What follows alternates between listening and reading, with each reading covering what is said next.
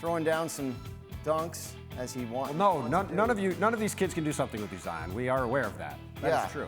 Now, I look forward to see Zion do this on NBA courts. That would be nice. That's what I'm saying. Like, these kids aren't old enough to remember Zion playing in the NBA. No, we kid, but he did miss all of last season due to a broken right foot. His former #1 pick has played just 85 games in his NBA career, was recently cleared to return in late May, and can sign a 5-year, $181 million max rookie extension this summer. The question, of course, is, will he? And Tim, we just ran through Zion's substantial injury history. Yeah. What if you're the New Orleans Pelicans, what are you doing with Zion? Well, you're trying to figure out a way to get a deal done that also gives you some protection in case these injuries continue, right? And I think if you go down I-95, down to Philadelphia, and look at the situation of Joel Embiid, I think that is instructive on how things are going to go here. Joel Embiid missed his entire first 2 years of his career and then had injuries in his third season. But he showed a lot of talent at that point, so he and the Sixers came to an agreement that had a bunch of injury protections in the deal, but eventually it became a full max deal because Joel was healthy, went on to be a star player. And I think if you're the Pelicans and Zion Williamson, that's the goal here, is to find some sort of middle ground where these two sides can work out a deal where Zion Williamson's going to get his money eventually if he's healthy, and the Pelicans have some protection if he doesn't.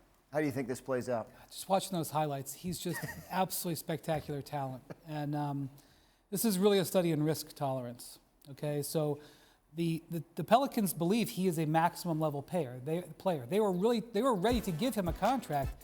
It says $189 million on it, but then on the line where it says what's guaranteed, Dan, it's going to be a lot less. It's going to be like NFL contracts. Exactly. That's what's kind of what they're looking for. So the question is, how does Zion weigh guaranteeing himself a certain amount of money that will truly be life-changing? I know he's a multimillionaire already, but I believe the Pelicans will probably give him something that guarantees him 9 figures, or in the neighborhood of 9 figures. So how do you weigh, if you're Zion, I know I'm going to have that money no matter what, but say, hey, wait a minute.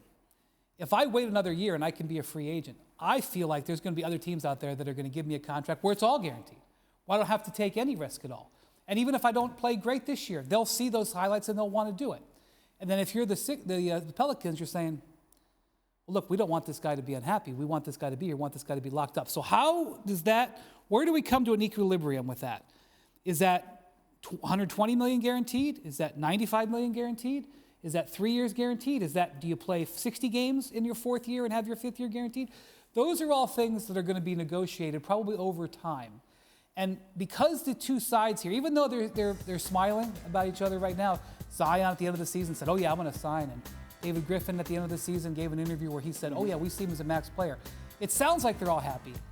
But I got a feeling that it's going to be hard to hammer out a deal that doesn't have much of a precedent. Yeah, I mean, that's the thing. Like we said, right? This is going to be a deal where the bold print is going to be very clear. It's going to be 5 years, $189 million. The fine print is where it's going to get interesting. That's the part that needs to be figured out.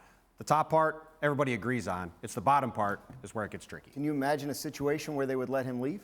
No, I don't, because they understand in the situation they're in. They've got C.J. McCollum locked up long-term. They've got Brandon Ingram locked up long-term. This is the team they have. If Zion Williamson leaves, this team is going nowhere. They need Zion Williamson to be on the court and be great to have any chance to have real success. And so you have to basically commit to him and say, all right, we need to have you here. But and again, it just comes back to they have to have some protection because, again, he's played basically 1 out of 3 seasons so far. So you can't just say, sure, we think you're going to be great. We're going to give you all the money. They need to get a little bit of protection. And Zion, like Brian said, he looks at it and says, I'm a terrific talent. I'm going to be great. I'm going to be healthy. Give me the money now. Right. Now, he believes that, and they obviously hope for it. If that is the case, if he's healthy, he's able to stay healthy, what's the ceiling for them? Man. I mean, I'm a big Zion Williamson believer. I was a huge fan of his talent when he was at Duke. He was actually a more dynamic player at Duke. I don't know if he can ever get back to that player. He was an all-NBA level player his second year before the foot injury. And you look at the Pelicans, not only do they have some really interesting young pieces to put around him, they've done a really good job drafting the last couple of years. They have assets on their team that they could either make a trade or develop around him. So the Pelicans' upward mobility is tremendous. I covered their first-round series against Phoenix this year. I was very impressed with them, and Zion has to see that. So they need to keep that momentum going. So, yeah, a lot of ifs, a lot of hypotheticals, but a lot of potential as well. Thanks for watching ESPN on YouTube. For live streaming sports and premium content, subscribe to ESPN+.